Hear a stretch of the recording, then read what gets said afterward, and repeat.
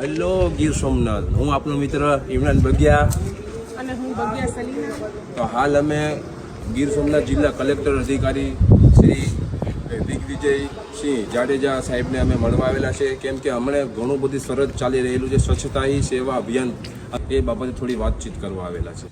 ગીર સોમનાથ જિલ્લામાં ઘણી સારી કુદરતી પ્રકૃતિ આવેલી છે, તો એને સ્વચ્છતા સેવા અભિયાન વિશે તમે શું શું કામગીરી કરી રહ્યા છો? આપણે જાણીએ છીએ કે સિંહ છે આપણું ગૌરવ છે, અને એશિયામાં આપણા સિવાય ક્યાંય સિંહ છે નહીં. દેશ વિદેશના પ્રવાસીઓ અહીંયા આવે છે. હવે જો આપણે આપણું પર્યાવરણ સ્વચ્છ અને સ્વસ્થ ન રાખીએ તો એ આપણી ખરાબ છાપ લઈ જાય.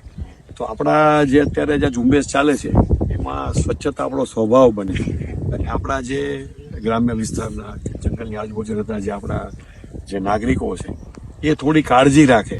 ફોરેસ્ટની અંદર જઈએ જો કોઈ, તો આપણે જ એને કહીએ, આપણે ત્યાં મહેમાનો આવ્યા હોય આપણે કહીએ ભાઈ આમ જાઓ તો પ્લાસ્ટિક લઈને ન જતા, જેથી આપણું પરિણામ છે બગડે નહીં.